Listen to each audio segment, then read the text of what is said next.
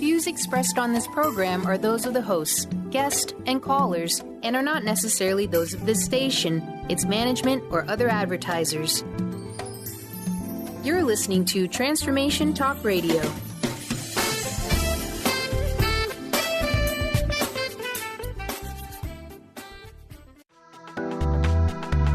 This show's audio was via a Skype call. Are you ready? The Kornelia Stephanie Show, Wake Up to Love, your call to action. Join Kornelia as she empowers others to live heaven on earth. Kornelia teaches listeners how to be the authority over yourself, embracing your inner guru. Feel yourself uplifted into limitless expansion, integrating ease and grace in a changing world. This show will cover topics such as unconditional love, your physical body, how to be in extraordinary relationships, create financial and emotional wealth, embracing entrepreneurship in the new earth.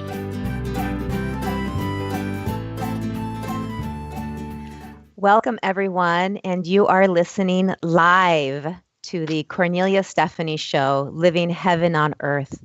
And today I am so honored to be here talking to Kornelia on her own radio show.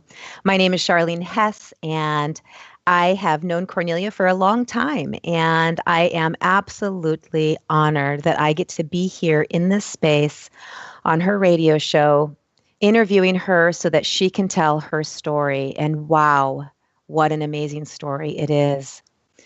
Last week, we were talking about her experience as a child growing up, all of the wounded areas that she had experienced, everything from child abuse to sexual molestation, to growing up without a father, to having to play the role of the masculine in her family and the feminine, taking care of her mother.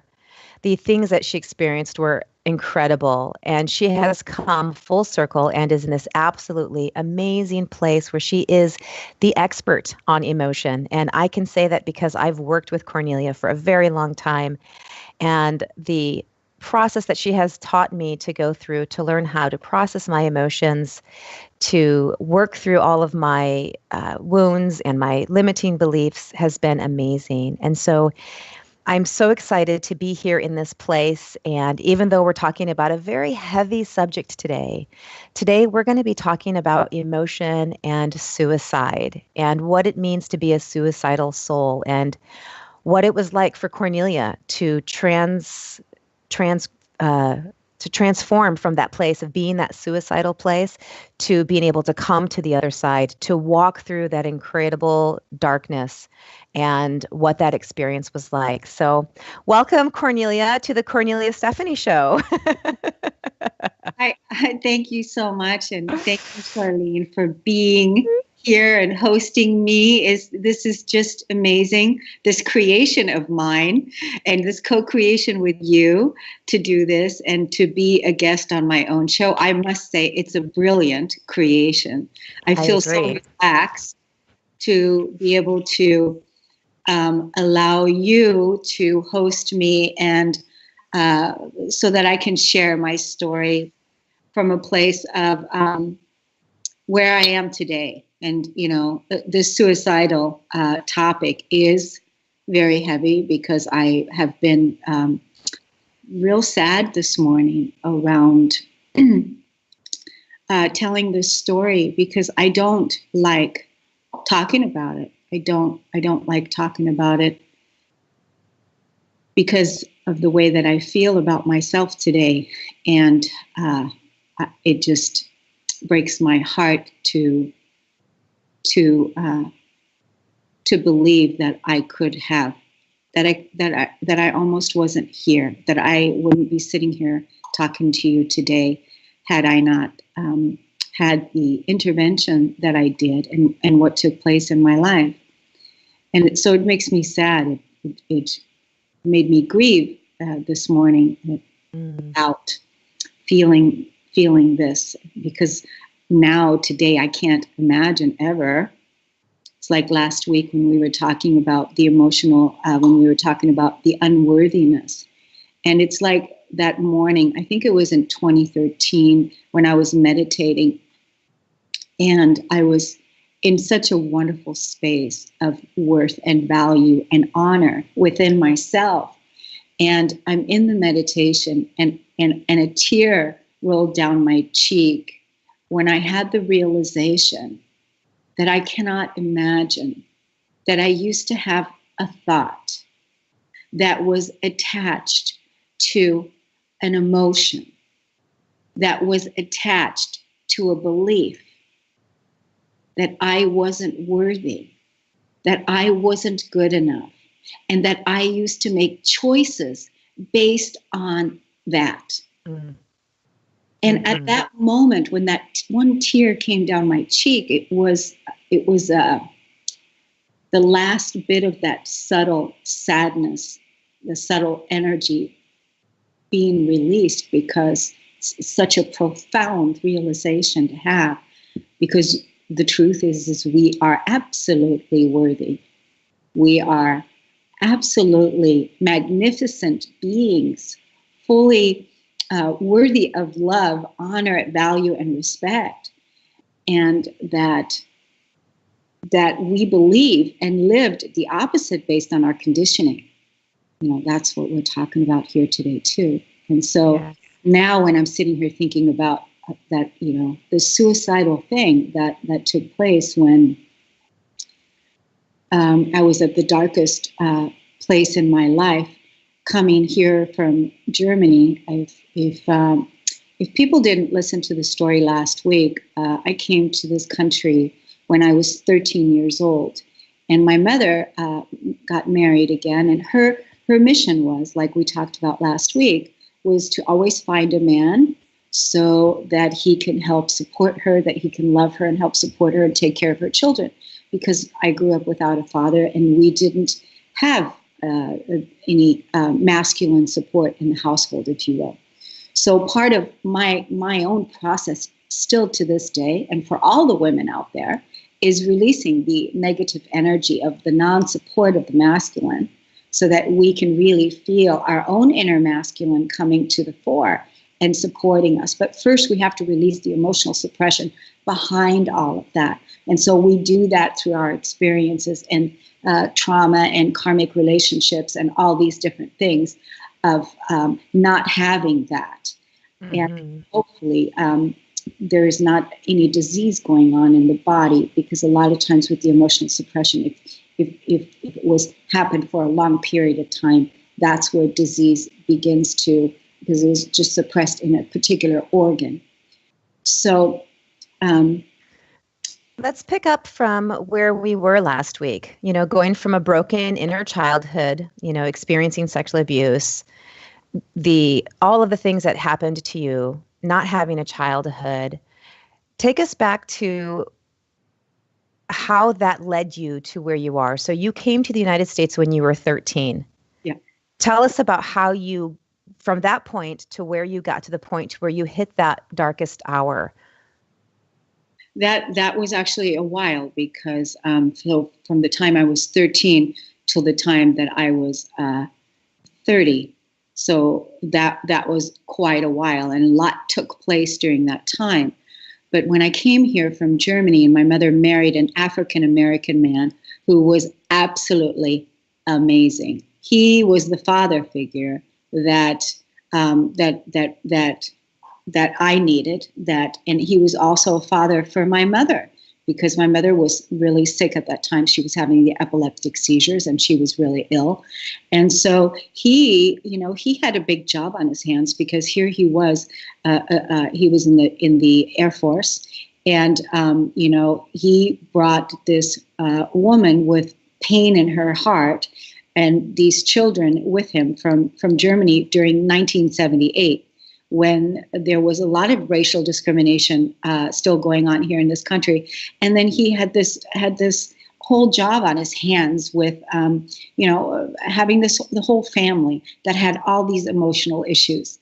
And so really, truly, at that time when we first came here, he had his hands full, because not only was he working full time, he also had to deal with my mother, which I was so glad to give that job over now, because here was now my father, my new stepfather, and now I don't have to sleep with my mother anymore, and that's now your responsibility. So pretty much then I was focusing. I was supposed to go to school in America, but I couldn't do it.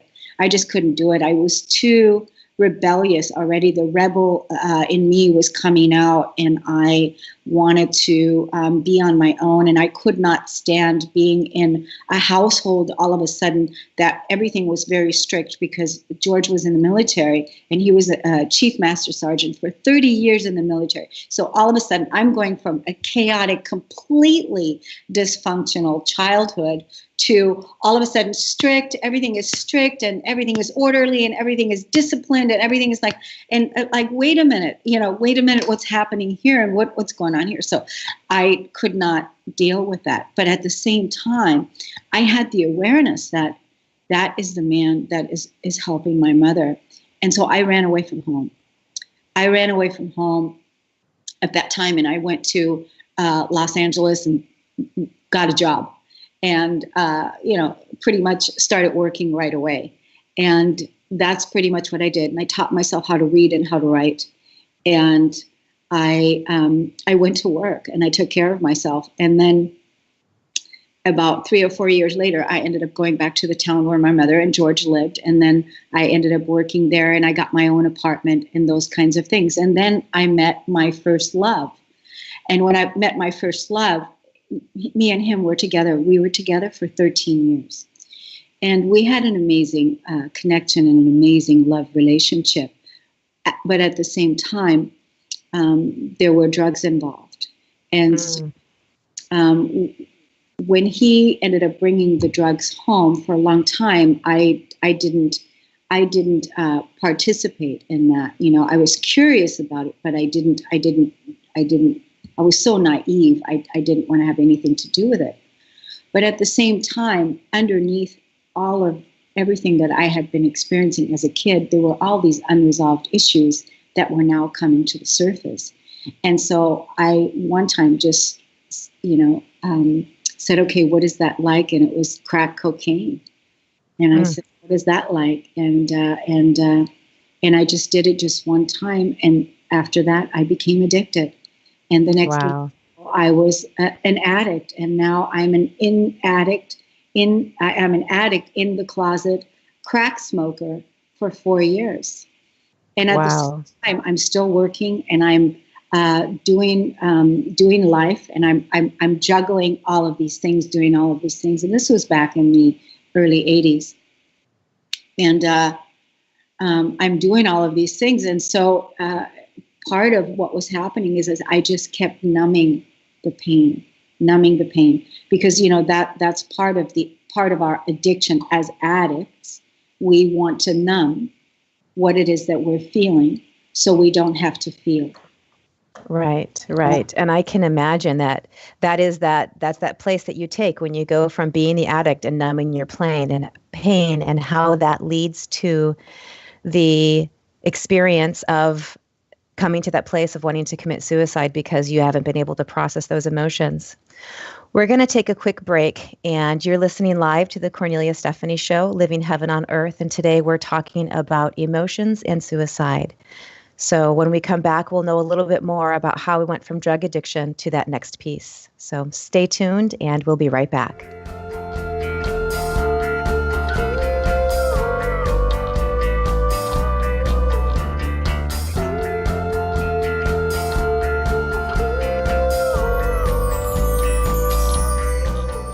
Hello and welcome back. This is Charlene Hess, and you are listening live to the Kornelia Stephanie Show, Living Heaven on Earth. And today we are talking to the one and only Kornelia Stephanie.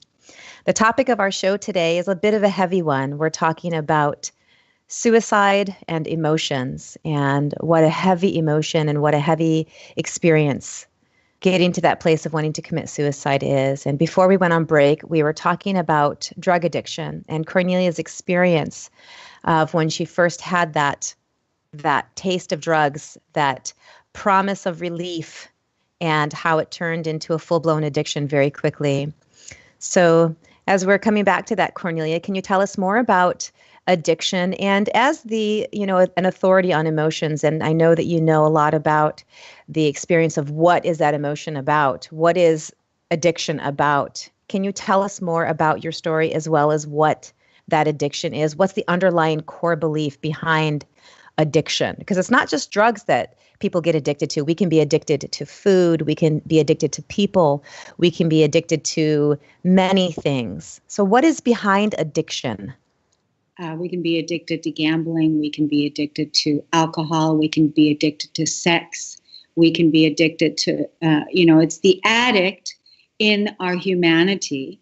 So I'll speak for the addict in our humanity that is always looking for something to fill that spot of self-hate, loneliness, a lack. I want to say it's a lack of self-love.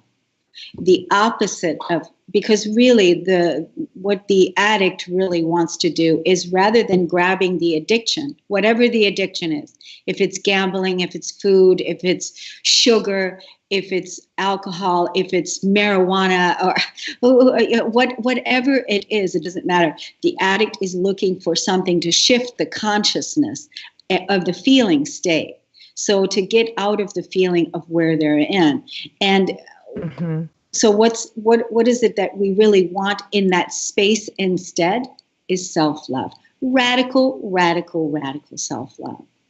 So that's part of the addiction. It's part of, we all have the ability to overcome the addict in all of us and love that part in us that is addicted to all these different things that we've been conditioned by, that are continuously in our environment and face to consume. Right. What is the core wound behind addiction? Self-hate. It's that unworthiness piece, that not good enough. It's a lack of self-love. It's because you're constantly wanting to fill that spot, fill it with something. And so it's a lack of self-love. So if the addicts were to just fill themselves with love, the love that they are, the absolute love that they are, then it can be overcome. And this is part of what I want to tell the listeners today. We're talking about this really heavy subject of suicide, and I've overcome suicide in my own being, to where that is not something that can happen to me again today, because once I have such a great honor and appreciation for the life force. That's why I was so sad today that I had to talk about this, because I can't believe that I would ever harm myself. I can't believe that I would ever disrespect life force energy. And I'm so grateful that I'm still here to be able to say this, to share this story with everybody, because we can overcome suicide. It's people acting on their emotion. That's really what happens. So, for me, what ended up taking place in my own life is that after the drug addiction, I had also, become very successful in business. And I was a regional operations director of a company that I was very successful for 6 years. I became very successful, and then the drug addiction just ended up taking over to the point where I ended up leaving work and ended up just really going into my addiction then full time, kind of thing, because then I couldn't juggle both of those things any longer. And pretty much my first attempt at suicide was I wanted to do an overdose, because I loved smoking crack so much that I could not conceive my life. I couldn't conceive living if I didn't want to be here. I didn't want to be here, didn't want to deal with the pain, because my body was so filled with so much emotional pain from my past that if I was going to stop doing drugs now, I was going to have to deal with it. Okay. And really at that time, that was 25 years ago. No, a lot more than that. I don't remember exactly how long ago that was, but that was a long time ago, where maybe it was 25 years ago, where we weren't there where we are today with help. That the help wasn't available to us where we are today. So that was a huge piece for me. And who was going to be the one that was going to help me get beyond that? And really, so I tried to overdose, at attempts of suicide because I just didn't want to participate in this life anymore, and I wanted a way out. And when it didn't work, I tried to take in so much drugs, and it didn't work, and I was still here. I realized that I had to make a choice, and that was either I was going to stay addicted to drugs, or I was going to completely shift and completely let go of it and choose life. I made that choice. It was I want to live. That's what I ended up choosing, is that I want to live, because I knew that I couldn't keep going down that destructive path. And so when I chose that I wanted to live, and that's really as simple as it was. And that's how I overcame drug abuse, by choosing not to. And it was hard for a while in the beginning, but I overcame that by choosing that I want to live, right? And then I had all of these emotional issues now coming to the surface, because now I wasn't numbing myself up any longer. So, and at the same time, started becoming successful again in my career, and not knowing how to deal with that success was also another piece for me, because when you don't feel like you're worthy of success, then you will sabotage it. And that's what I kept on doing. I kept on self-destructing and sabotaging my own success and my own self. So here I was becoming successful again, and then I would sabotage it again. So it was that kind of a cycle. And I had gotten to the point, September 17th of 1993, where I'd gotten to the very darkest part of myself, and where I just I could not go on. I didn't know what was true, and I was really looking for God. I was looking for truth. I was looking for mercy. I was looking for grace. I was looking for love. And all the places I was looking for in the church, or I was trying to find the truth. And I was, I went to the Kingdom Hall, and I studied to become a Jehovah's Witness, and I didn't like that. And then I went, I was born and raised a Catholic. And so I went to all these different places looking for God, looking for answers, looking for the truth. And I could never find where it really resonated as truth for me. And so then I ended up one day in my living room on the floor, hands and knees. And that is when I was at the end of my rope. I wanted out. I did not want to live this life without feeling God, without feeling the truth, without feeling a reason to go on, to have faith and to have trust and to know what it is. And, that was 25 years ago, Wow. So it was a really, really intense time. And I said to God, I said, I want to feel you. I want to feel what it's like to feel your love, come into my life. I want to feel your grace. I want to feel you, because I can't find you anywhere. So I want to stick around, but I will only stick around if I feel you. So, and this was a deep, deep, deep surrender, surrendering my life to God, to Source. And at the time, I didn't even really have the language for it, but I was at the end of my rope, and I didn't know what else to do. And a lot of people, I'm sure, feel when they want to act on their emotion and they want to kill themselves, it's not that they really want to kill themselves, it's that they want to kill the pain. Right. Absolutely. Absolutely. I myself am very familiar with this experience of having very close family members that have committed suicide. And it's, we look at all of the famous people that have committed suicide. And, when you were talking a little bit before about how you were in this place, if you were in a really successful career, you were doing great, yet you still had this gnawing, aching pain deep inside of you. So you switched your addiction from drugs to an addiction of being successful, and how that didn't fill the hole in your heart. And it's interesting, as I've heard you tell this story a couple of times, and I remember the first time I heard it being absolutely shocked, because I see you as this really amazing, bright, vibrant, powerful woman who is helping, hundreds of thousands of people change their lives and step into their wholeness. And when I first heard that story, I was like, what? Like Kornelia? Certainly couldn't be Kornelia, could never have done that. And so your story is so powerful because you made it to the other side, and so many people don't. And I think about, when I was a young child, I learned that my uncle committed suicide, and he was a missionary. He was a missionary doing God's work in Costa Rica and Colombia, and he took his life. And then my brother committed suicide when he was 39 years old.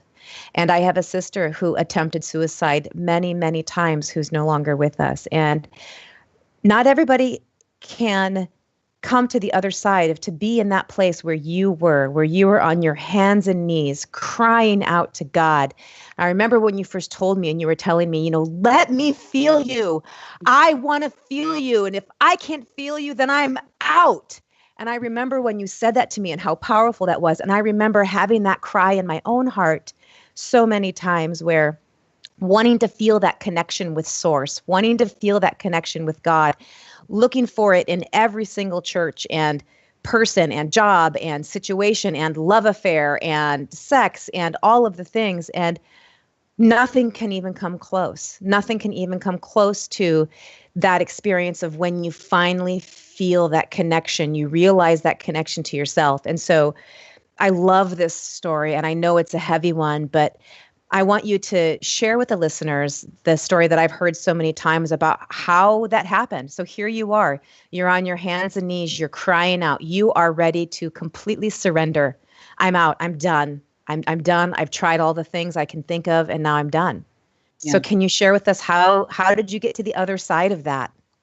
Well, what happened next? Exactly what you said. I had gotten to the point where I said, okay, I am really serious, to the point where I don't have anywhere else to go, and I want out. But there was a part of me that wanted to give God the opportunity to show up. Right. Right? Like, okay, I'm going to make the space for it. I want to feel you. I want to feel your love. I want to feel that you are here on this earth. I want to feel you inside of my body. And really, that was back in 1993, September 17th of 1993, is when the feeling paradigm was born for this lady right here.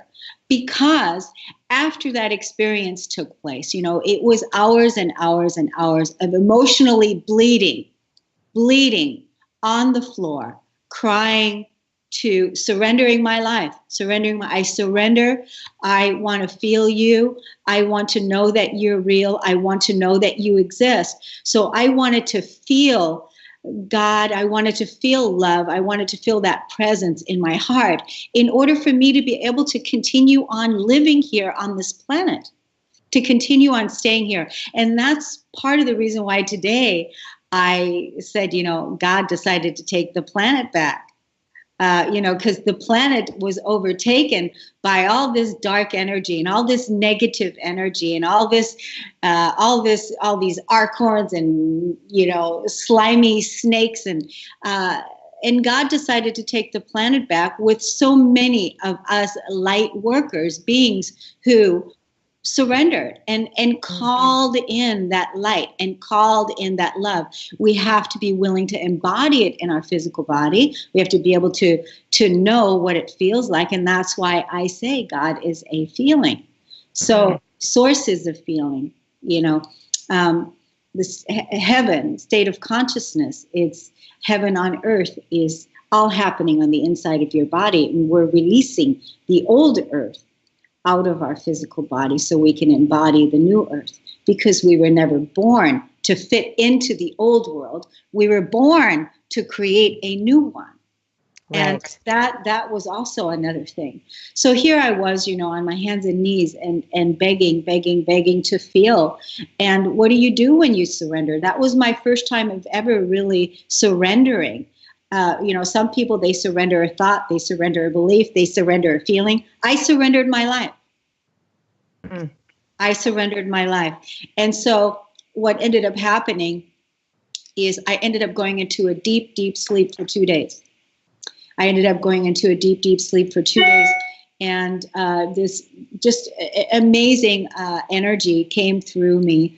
The only way that I can describe it, Charlene, because there really are no words other than it's the Holy Spirit. It's the Holy Spirit that came through me and made me go to sleep. I ended up going to sleep, and I was asleep for 2 days. And when I woke back up, I absolutely know that I had God within me. When I woke back up, I absolutely knew that that I could go on. When I woke back up, I knew that my life was getting ready to have an extreme cleansing, and I became homeless.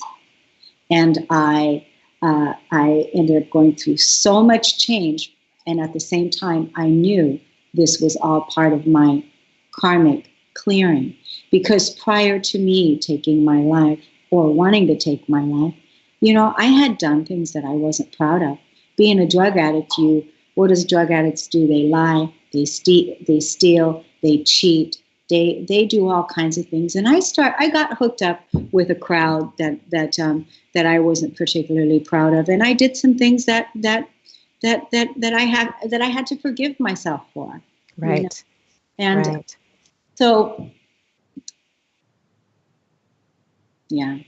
Yeah. So the thing that you said earlier that I really want to touch on was that you were talking about how you came to the realization that God is a feeling.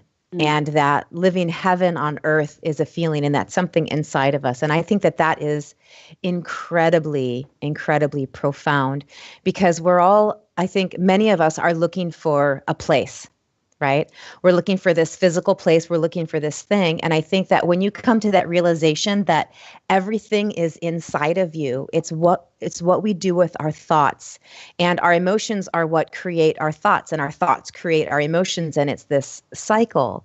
And so the experiences that you have had have led you to this place where now you have become an authority on how to use your emotions to heal your life.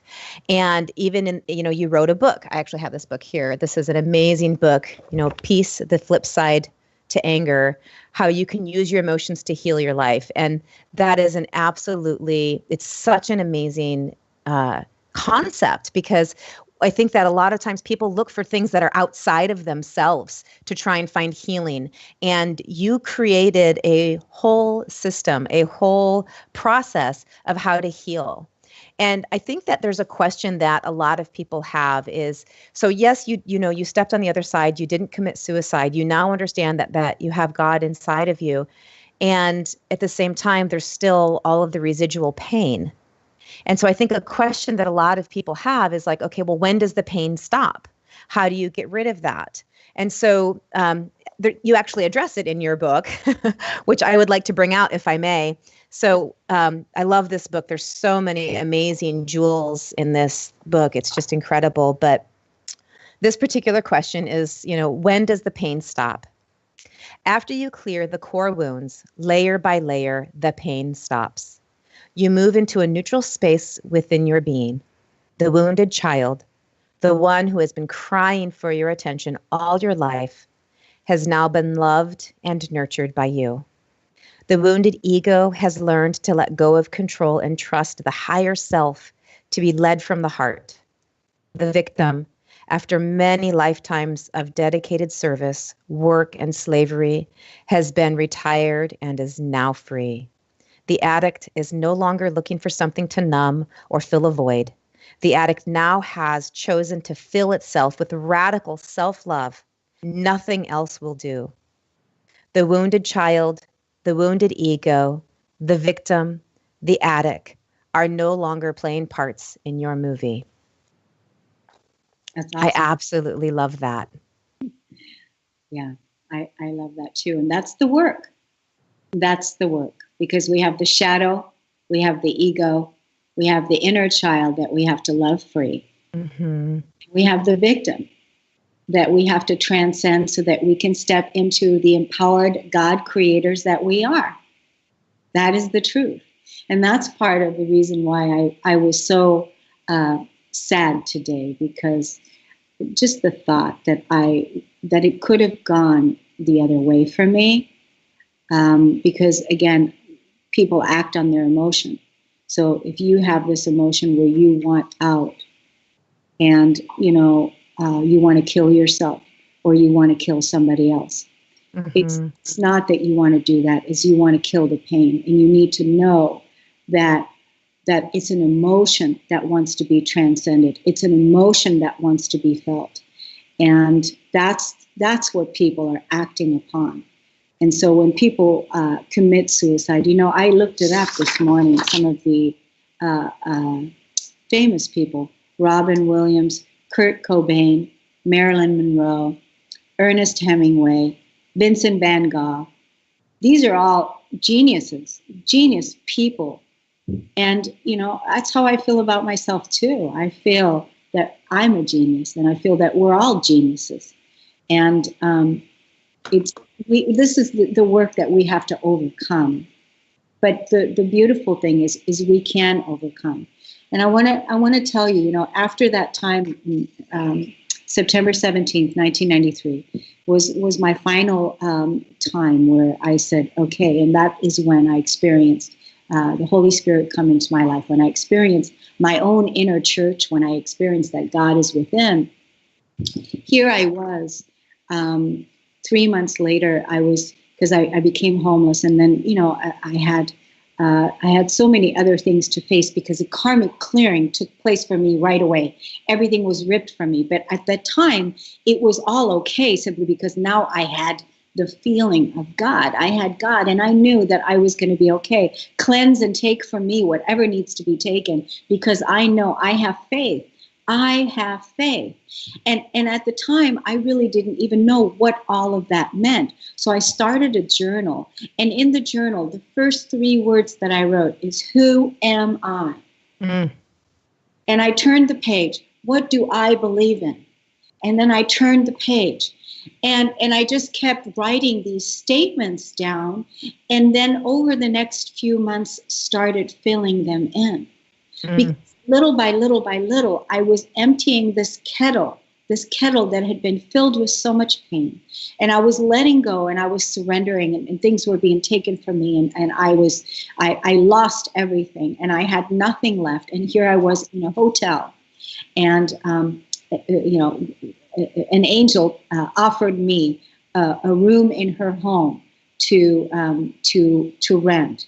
And I ended up being at this woman's house for over a year, and that's where I got nurtured, and a lot of love took place, and I felt safe in order to be able to face some of the things that I was now facing, because that was a long time ago, right? And, like I said, we didn't have the things that we have today.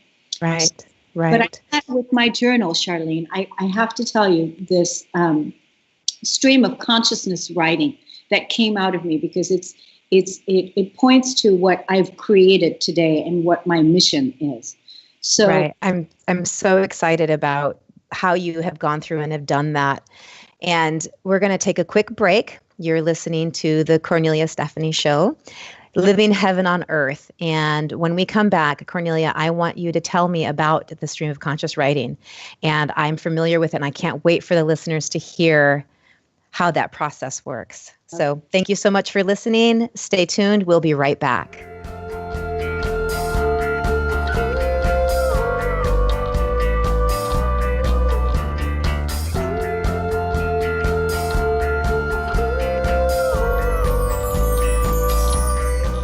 And welcome back. You are listening live to the Kornelia Stephanie Show, Living Heaven on Earth. I am Charlene Hess, and I am the guest host here interviewing Kornelia Stephanie on her own show. And before we left for break, we were talking about the stream of consciousness writing that happened for her when she came on the other side. And I'm hoping that's going to lead into how she came to the place of where she, got the information to write her book. This is an amazing book. You can get her book on Amazon. It is Peace, the Flip Side to Anger. And in here, you can hear all about all of the extra details about Kornelia's experience of how she came through the emotions, processing through addiction, how she overcame all of the things that she has, and even to the point of where she overcame the thought and the feeling of wanting to commit suicide. So many people have surrendered to that place and they didn't get to make it on the other side. And yet here we are with Kornelia creating this amazing work that she has, being here live on the radio show for all of us to listen to, because the work that she's done and the experience that she has is what's helping other people. And so welcome back, Kornelia. And before we left, we were talking about the stream of consciousness writing that happens. And I hated to cut you off. So hopefully we can tap back into that and you can tell us more about that. Oh, yes. Thank you so much, Charlene. I just want to say that one of the most important things that people can do is sit down with a piece of paper and write down, who am I? That right there is one of the most profound experiences to journal. Because we're continuously attached to an identity that we think that we have. And in our awakening ascension journey, we're continuously faced with letting go of stories of our identity that are continuously changing, and then we reinvent ourselves and we give birth to ourselves time and time again. And so it's a profound tool that you can use to find out who you are by asking the question, who am I? And also by asking the question, who is God? Who is Source? Where are you in my life? Where are you in my body? How can I get intimate with you? How can I find you? I want to communicate with you. I want to talk to you. I want to feel you. I want to love you. I want to know you. Those are ways for anyone to have an intimate relationship with the truth of who they are. Right. So back to 3 months after September 17th of 1993, I'm sitting in this room and I just had my journal and I started writing in the back of my journal. And at the time, I'm a writer today, but back then I wasn't a writer. So this is what came. Guilty myself before I surrendered and begged for a miracle to happen. I used to live my life as most people do now, as if there are no principles or truths to follow. Doubts and frustrations and despair saturate our minds, and we turn to kinky substitutions in a vain attempt to find meaning in life. Drugs, sex, much of the restless activity that we pursue in a frantic effort to keep one step ahead of emptiness and loneliness.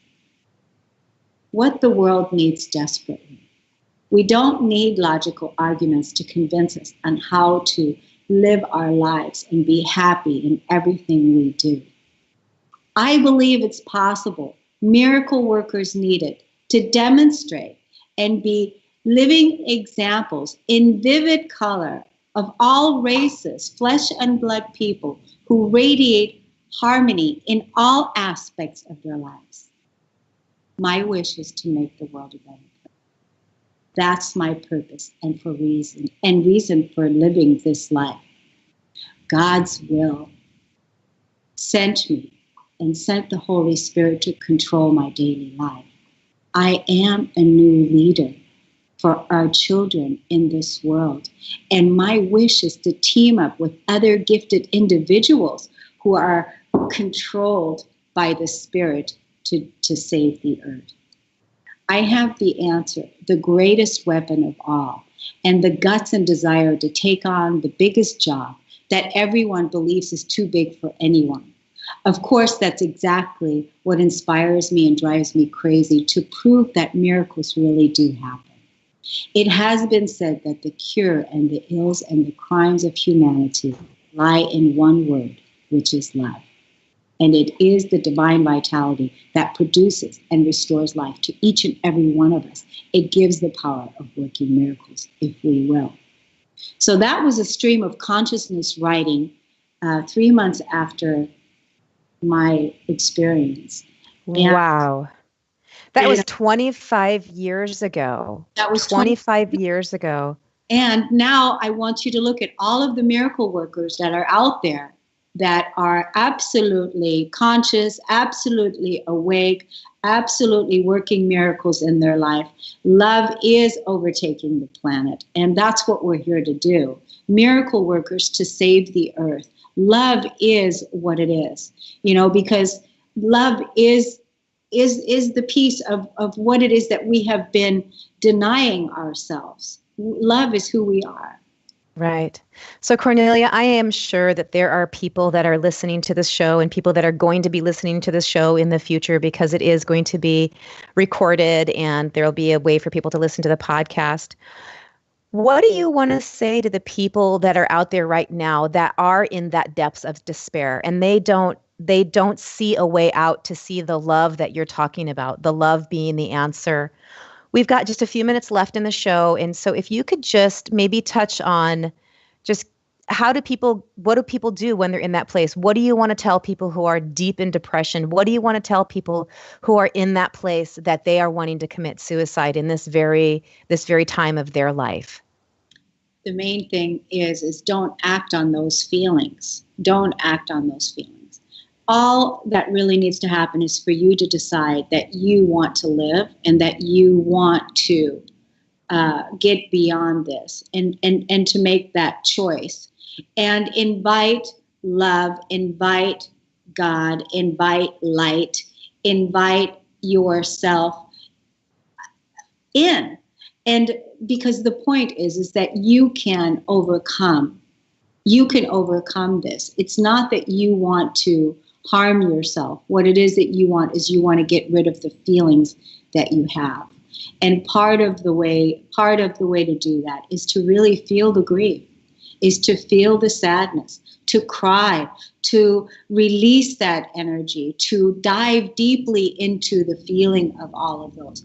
Contact people that you know, call somebody, but don't act on the emotion and harm yourself or harm somebody else, because that is not at all the way to go. There is a way out, and the way out is sometimes asking for help. And you can absolutely overcome this, and you can absolutely get beyond this. And there isn't anything in the world that you could have done that you can't move beyond. Wow, that is profound. Thank you so much, Kornelia. And we are nearing the end, and I just want to remind you again, you're listening live to the Kornelia Stephanie Show, Living Heaven on Earth. And please tune in next week as we learn a little bit more about Kornelia's life and how she got from the place that we've been talking about the last 2 weeks of this broken child to this amazing powerhouse woman, author, speaker, and helping hundreds of thousands of people heal their lives through their emotions. Thank you so much, and have an amazing day. Thanks, Kornelia. Thanks, Charlene. Thank you.